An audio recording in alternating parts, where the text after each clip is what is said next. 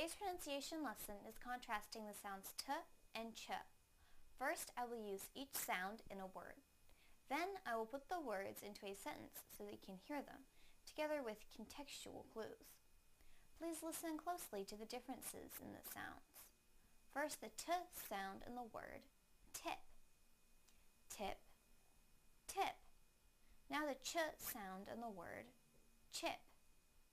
Chip, chip. Now I will use them both in a sentence. Its tip has a chip. Its tip has a chip.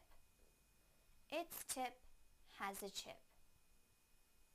Thank you for watching CartoonEnglish.tv's pronunciation lesson. Come visit our website for free lessons, games, and chat.